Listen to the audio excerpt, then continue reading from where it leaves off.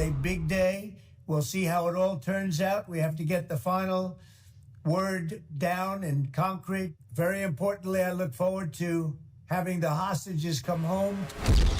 Trump का ऐलान, Israel Hamas युद्ध समझौते को तैयार। लेकिन हमास सिर्फ शांति वार्ता के लिए रेडी है। हमास अब भी फिलिस्तीन देश की मांग पर डटा है। हमास हथियार छोड़ने को भी तैयार नहीं है।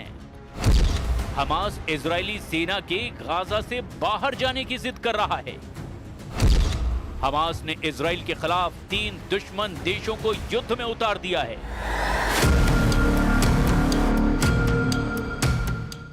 ट्रंप ने बहुत बड़ा दावा किया है। ट्रंप बहुत खुश हैं। ट्रंप ने हमास के होश ठिकाने लगाने का ऐलान किया है। इससे इजराइल हमास युद्ध समझौता मुमकिन है जल्द फाइनल हो जाए। मुमकिन है कि गाजा में बारूदी तहलका थम जाए, मगर इजराइल युद्ध से दूर नहीं रह पाएगा। इजराइल के 3 दुश्मन देशों ने घेरना शुरू कर दिया है। बड़ी लड़ाई की तैयारी है। अब लड़ाका ग्रुप नहीं, सीधे सेनाओं की टक्कर हो सकती है। मतलब गाजा से भी विनाशकारी जंग शुरू होने वाली है। पहले तो हमास ही युद्ध का खात्मा करेगा, ये भी अब तक पक्का नहीं है। हमास ने ट्रंप को खुश करने के लिए शांति संदेश भेज दिया है, लेकिन इतनी शर्तें उसके साथ बताई है जिस पर नेतन्याहू को राजी कर पाना आसान नहीं है। हालांकि ट्रंप हमास के मैसेज मिलने के बाद अपनी पीठ खुद थपथपा रहे हैं। 8 मुस्लिम देशों को बार-बार धन्यवाद दे रहे हैं। And thank you all to those great countries that helped. We were given a tremendous amount of help. Everybody was unified in wanting this war to end and seeing peace in the Middle East. And we're very close to achieving that. Thank you all, and everybody will be treated fairly. Hamas से मिले message से गदगद Trump ने Israel को फौरन बमबारी बंद करने के निर्देश दिए, मगर इजराइल ने डिफेंसिव ऑपरेशन के नाम पर गाजा में कोहराम जारी रखा हुआ है। अल जजीरा की रिपोर्ट में दावा किया गया कि इजराइल ने ट्रंप के बयान के बाद भयानक हमला करके 24 घंटे से भी कम वक्त में 24 से ज्यादा लोगों को मौत के घाट उतार दिया। इसके साथ ही इजराइल ने गाजा में ट्रंप के पीस प्लान के पहले चरण को लागू करने की घोषणा भी कर दी है। लेकिन हमास लीडरशिप की तरफ से जो आधिकारिक बयान आ रहे हैं वो बहुत खतरनाक संदेश दे रहे हैं। शांति समझौते में सबसे बड़ा पेंच हमास के हथियार छोड़ने पर फंसा है। हमास लीडरशिप इसके लिए तैयार ही नहीं है। हमास के सीनियर लीडर मूसा अबू मरजूक की ये बातें ट्रंप के होश उड़ा सकती हैं। We will never accept anyone not Palestinian to control the Palestinian. This is not belong to Hamas only. This belong all of the Palestinian and the Palestinian Authority and the PLO. They should say what their response about this. And we can't bring someone like Tony Blair to be governor in Gaza. Hamas leader ने Trump को 2 टूक लहजे में कुछ जरूरी शर्तें गिनाई है, जिन शर्तों पर हमास झुकने को तैयार नहीं। उससे नेतन्याहू की टेंशन बढ़ गई है। हमास ने अलग फिलिस्तीन देश की मांग फिर से दोहराई है।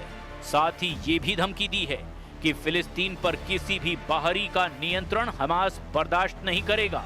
इतना ही नहीं, टोनी ब्लेयर को गाजा का गवर्नर बनाए जाने का भी हमास जोरदार विरोध कर रहा है। That Hamas, the weapon among Hamas, 90% of their capability, they destroyed it. Then there is nothing with Hamas talking about it, about women. Second thing, we, since in the beginning of this conflict, president Trump की peace deal पर Hamas एक तरह से कुछ कदम आगे जरूर बढ़ा है, लेकिन अभी सारे अहम मुद्दे अनसुलझे हैं। पहले ट्रंप का ऑफर देखिए। ट्रंप की पीस डील के तहत हमास को 3 दिनों में सभी 48 बंधकों, जिनमें लगभग 20 जिंदा माने जा रहे हैं, इन सभी को रिहा करना है। इसके बदले में इजराइल हमला रोकेगा, साथ ही कब्जा की गई जमीन से हटना होगा और सैकड़ों फिलिस्तीनी कैदियों को आजाद करना है। इसके बाद गाजा का कंट्रोल अंतरराष्ट्रीय संगठन करेगा, जिसकी निगरानी खुद ट्रंप और ब्रिटेन के पूर्व प्रधानमंत्री टोनी ब्लेयर करेंगे। ट्रंप के इस ऑफर पर हमास के सहयोगी फिलिस्तीनी इस्लामिक जिहाद ने सहमति जता दी है, लेकिन हमास ने साफ किया कि वो इजरायली सेना की पूरी और अंतिम वापसी की मांग करता है, जबकि ट्रंप ने इजराइल की वापसी को चरणबद्ध प्रक्रिया बता रखा है। इसीलिए हमास भी हथियार छोड़ने को तैयार नहीं है, यानी स्थायी शांति की गारंटी देने वाला अब भी कोई नहीं है।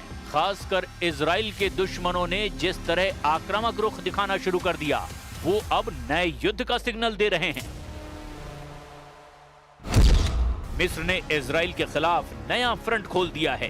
मिस्र ने सिनाई प्रायद्वीप पर सेना को बड़े पैमाने पर तैनात कर दिया है।